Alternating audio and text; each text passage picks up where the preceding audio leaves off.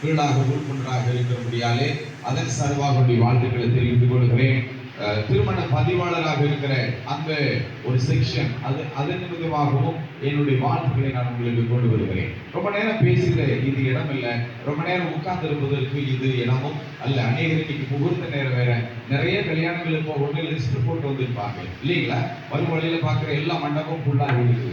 அதனால ஃபர்ஸ்ட் இது முடிச்சாதான் அடுத்தது அங்கே போகணும், அது முடிச்சுட்டு அங்கே போகணும். இன்னைக்கு ஃபுல் அஜெண்டாவில் இருக்கிறேன். அதனால கொஞ்சம் சீக்கிரமா முடிச்சிட்டீங்கன்னா ரொம்ப நல்லா இருக்கும் அப்படின்னு சொல்லி இங்க கேட்கலாம். ரொம்ப நேரம் ஆக போறது கிடையாது. கர்த்தர் வந்தார், அந்த ஆசீர்வதிக்கிற தெய்வம் தான். சரி, திருமணத்தை குறித்து முதலாவது நம்ம என்ன செஞ்சோம், ஒரு இன்ஸ்ட்ரக்ஷன் நமக்கு பார்த்துடலாம். The instruction will make the construction. As a pastor, just I came to give the instruction for the new couples. That instruction will make the construction.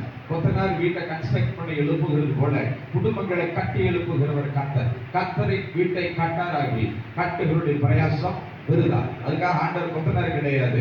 கொத்தனார் வீட்டை கட்டிடுவார், ஆனா வீட்டுக்குள்ள இருக்கிற குடும்பத்தை கட்டி எழுப்புகிறவர், குடும்பங்களை ஆசீர்வதிக்கிறவர், பிள்ளைகளை ஆசீர்வதிக்கிறவர், சந்தாதிகளை ஆசீர்வதிக்கிறவர், பரம்பரைகளை ஆசீர்வதிக்கிறவர் நம்முடைய தேவனாகிய கர்த்தர்.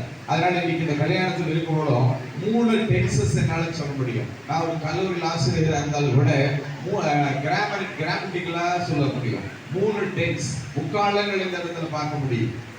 அதாவது கடந்த காலம், இங்க உட்கார்ந்து இருக்கிற எல்லாரும் கல்யாணம் பண்ணனவங்க அந்த இடத்துல உட்கார்ந்து இருக்கிறீர்கள். நானும் ஏற்கனவே கல்யாணம் பண்ணாடுதான். பாஸ்ட் டென்ஸ் இது இல்லைங்களா? ரைட். அடுத்தது இனிமேல் கல்யாணம் பண்ண போகிற பிள்ளைகளை நான் பார்க்க போறேன். அவங்க ஃபியூச்சர் டென்ஸ்ல உட்கார்ந்து இருக்கிறாங்க. இந்த மாதிரி எனக்கு எப்பமா கல்யாணம் பண்ணி வைக்க போறாங்க அப்படின்னு அப்படியே துடிச்சுக்கிட்டு வெடித்துக்கிட்டு இருக்கிற இளைஞர்களை அந்த இடத்துல என்னால பார்க்க முடியும். ஏன் போல கல்யாணத்துக்கு போறோம்னா அதே மாதிரி தான் எனக்கு புடவை எடுக்கணும், அதே மாதிரி தான் ரோமியோ போட்டுக்கிற அதே மாதிரி ட்ரெஸ் தான் எனக்கு எடுக்கணும். வாலிபல்ல ஒரு இம்பாக்ட் ஆகும். அதுக்காக ஒரு சில கல்யாணங்கள் போய் தெரிஞ்சுட்டு வருவோம். ஆனால் இப்ப இவங்க 2 பேரும் பிரசன்டன்ஸ் இப்ப உட்கார்ந்து இருக்கிறார்கள் மேடையில. கர்த்தருக்கு மகிமை உண்டாவதாக.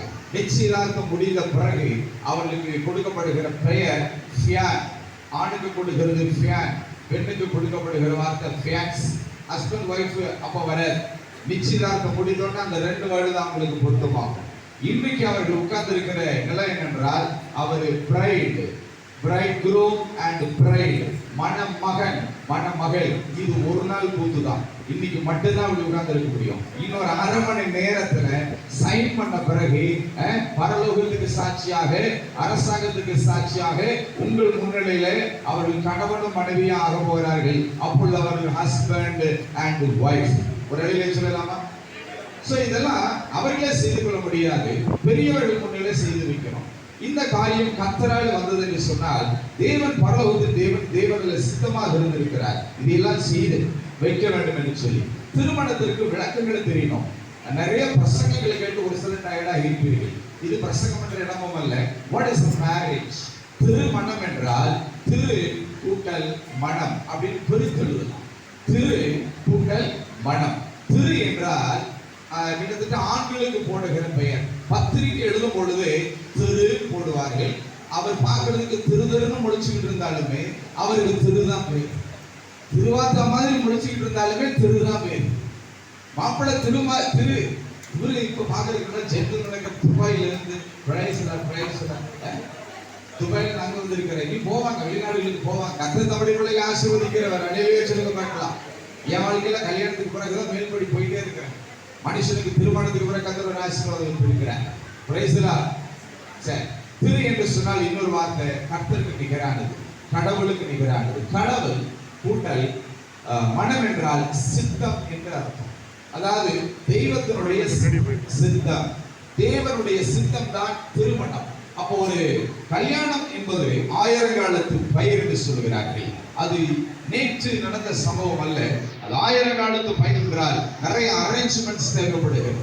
இங்க இருக்கிற அநேகர் பலர் உறுதிப்பட்டு பேசி முடித்தாலும் கூட இதை உறுதிப்படுத்தப்படுகிறது பரலோகத்தில். தேவன் அதை முன்கரித்திருக்கிறார். எனவே திருமணம் என்பது தேவனுடைய சித்தமாய் காணப்படுகிறது. அதனால தேவ சித்தம் அதில் இருக்கும் என்றால் இது எல்லாம் அது ஆசீர்வாதமாக காணப்படும். ஒரு அழகே சொல்லலாமா? அதனால இந்த பிள்ளைகள் இணைக்கப்பட்டது ஒரு தேவ சித்தம். அதுக்காக கர்த்தரை ஸ்தோத்திரிக்கிறேன். இவர்களை இணைப்பதற்கு பாஸ்டர் படாத பாடுபட்டு இருப்பார் நினைக்கிறேன். ஒரு சபை சேர்ந்தவர்கள் தான் இருந்தா நானும் சபை வச்சிருக்கிறேன். சில பேர் ஆடு வைக்கிறோமா இல்ல மாடு வைக்கிறோமான்னு எனக்கு டவுட் ஆகும்.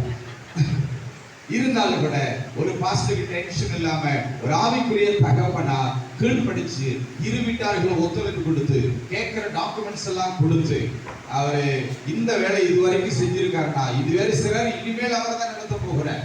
அதனால ஆவிக்குரிய தகப்பனா இருக்கிற பாஸ்டருக்கு நீங்கள் காலமெல்லாம் நன்றியா இருக்கணும் இல்லைங்களா? கல்யாணம் முடிஞ்சா மறந்துடக்கூடாது. நான் அநேகர் கல்யாணம் பண்ணி வச்சிருக்கிறேன். அடுத்த கல்யாண நாளுக்குள்ள அவங்க போன் பண்ண மாட்டாங்க. ஒரு 6 மாசத்துல மறந்து போயிடுவார்கள். சோ அப்படி இல்லாதபடி வாழ்க்கையில நமக்கு வழிகாட்டின பிள்ளைகளை நாம் ஒரு நாளும் என்ன செய்யக்கூடாது, மறக்க கூடாது. கர்த்தர் நாம மகிமைப்படுவதாக. சரி, இப்ப நம்மளுடைய காரியத்துக்கு வரலாம். ஏற்கனவே திருமணம் ஆகி ரொம்ப டயர்டா உட்கார்ந்து இருக்கலாம் அந்த இடத்துல இருக்கிறார். இந்த மனுஷனை கட்டினதுக்கு பிறகுதான் என் வாழ்க்கை இப்படியா இருந்துச்சு அப்படின்னு சொன்னவங்களா இருக்கிறார். கல்யாணத்துக்காக நாம் முடி நிறைய இருந்துச்சு பாஸ்டர், கல்யாணத்துக்கு பிறகுதான் முடியாமே போயிருச்சு, இந்த முடியும் கீழே விழுந்துருச்சு அப்படின்னு சொல்லுகிறவங்க இருக்கிறார்கள். பெண்களும் சொல்லுவாங்க, நான் அப்ப நல்லா இருந்த ராசாத்தி மாதிரி, இந்த மனுஷனை கட்டினது பிறகுதான் என் நிலைமையே இப்படி ஆயிருச்சு. சுகர்னா என்னன்னு தெரியாம இருந்தேன், டீல மட்டும்தான் சுகர் போட்டுக்கிட்டு இருந்தேன். இப்ப என் உடம்பு ஃபுல்லாவே சுகரா இருந்தது காரணம் டென்ஷன் தான். இன்னைக்கு இந்த பிறந்த வீட்டுல இருந்து புகுந்த வீட்டுக்கு போனோம், அன்னையில இருந்து எனக்கு புகுந்தது பேரெல்லாம் என் வீட்டுக்குள்ள புகுந்துருச்சு, பிரஷர் புகுந்துருச்சு, வியாதி புகுந்துருச்சு. இப்படி குடும்பங்கள்ல பல விதமான பிரச்சனைகள் இருக்கிற காலத்தில் தான் நீங்களும் நானும் வாழ்ந்து கொண்டிருக்கிறோம். அப்படி இருக்கும் பொழுது குடும்பம் அவசியம்தான். ஒரு பஸ்ல ஏறும் பொழுது